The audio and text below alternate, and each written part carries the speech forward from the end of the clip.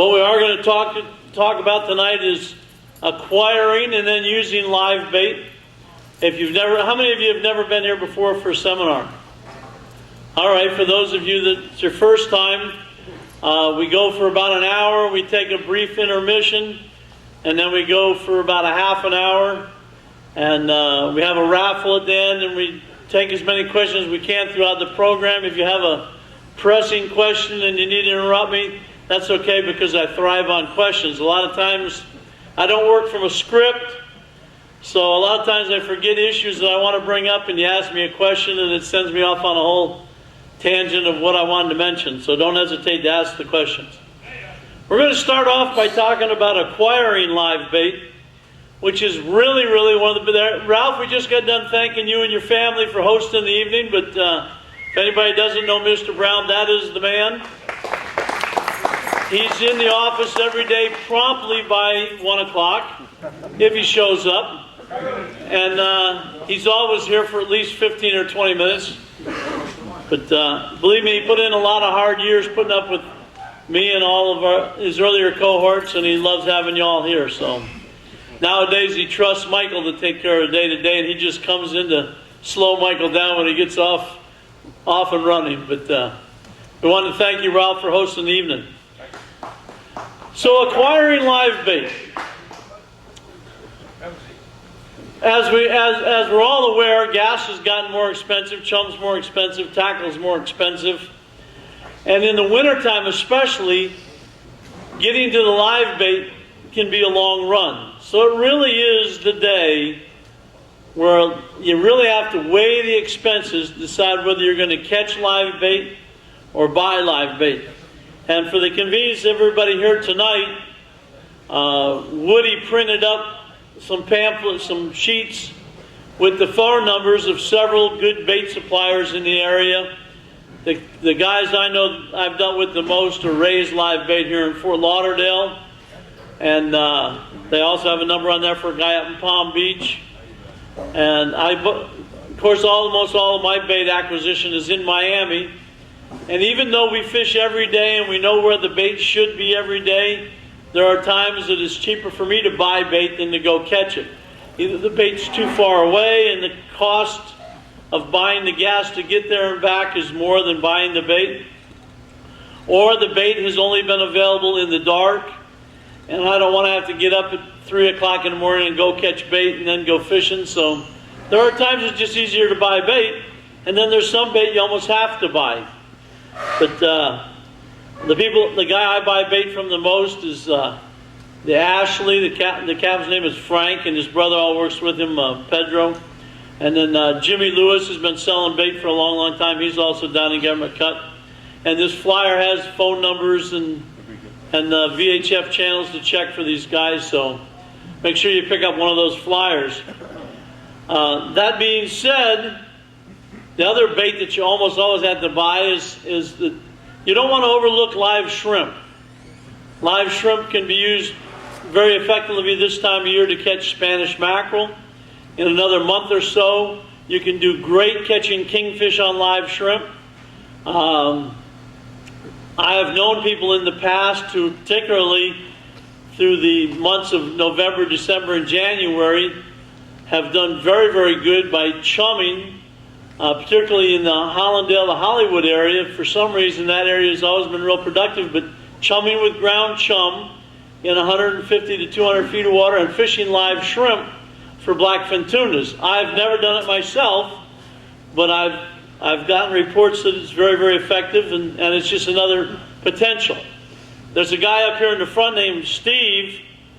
He and I both knew a guy that caught all of his sailfish, giant kingfish, hammerhead, sharks, and everything else on live shrimp. But then again, he was kind of pulling our leg because he used the live shrimp to catch blue runners to catch all those fish on the kite. But we do go fishing all winter long for tarpon with live shrimp.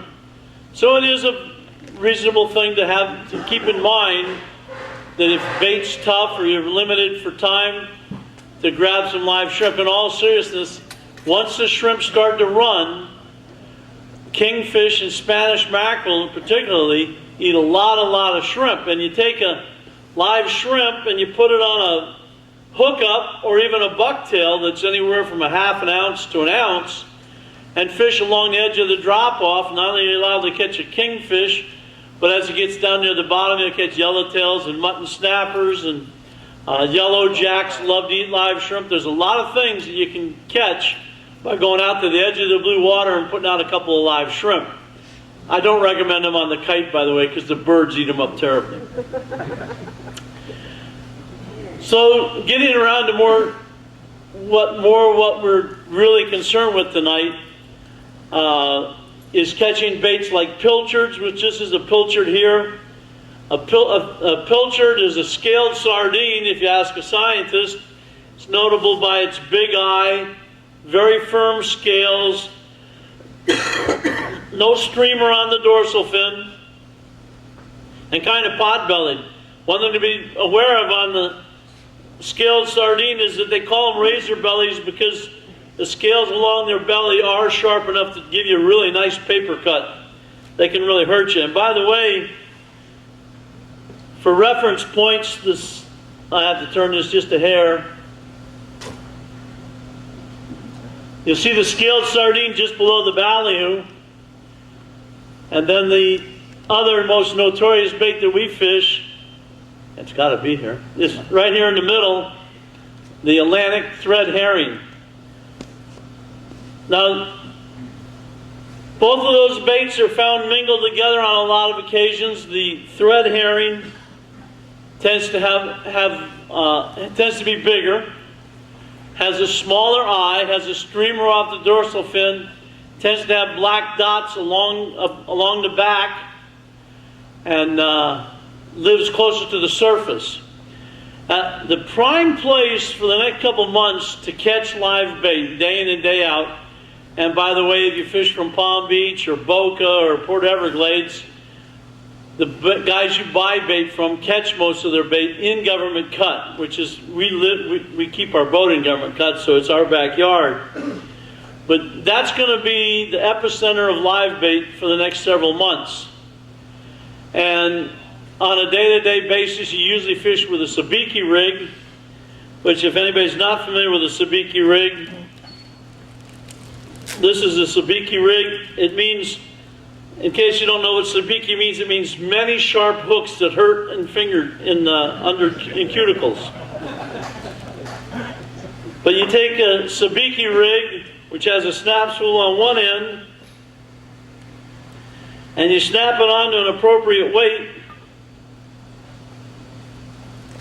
You hook your swivel to your fishing rod, and by the way, I highly recommend that on your fishing rod you put a bead, a plastic bead, red one or green one, it doesn't make any difference what color it is, but you want a bead, and then put a little snap spool, and you'll eventually acquire all your snap spools off the other end of the Seviche rigs. But then you can snap on a rig, you got a lead on one end and your snap spool on the other end, and you just pull it out of the package after you've hooked it all to the rod. The hooks are numerous, and they are sharp, and they do hurt. But that's a Seviche rig, and it's the easiest way to acquire bait 99% of the time. The weight that you put on it has a little bit to do with what you're fishing for and the depth of water. If you're fishing for threadfin herring, you don't want to go any more than maybe a 2-ounce lead at the most, because herring especially like to eat the rig when it's going down. So the typical motion to fish for herring with a Seviche rig is to drop it down to the level that you're marking the herring, which will usually be in the neighborhood of 8 to 15 feet below the surface, and then twitch your rod up a little bit, and then let it settle back down. It's not jerk it up and drop it down, because if you drop it down, the sinker goes down real fast, and the herring don't have a chance to eat the rig, but it's just jig it up a little bit, and then let it settle back down where you can feel the sinker all the time. And we typically rig our rods with a 2-ounce bass casting weight, which is a sinker with a swivel on the end of it, and it's just twitch it up and let it down.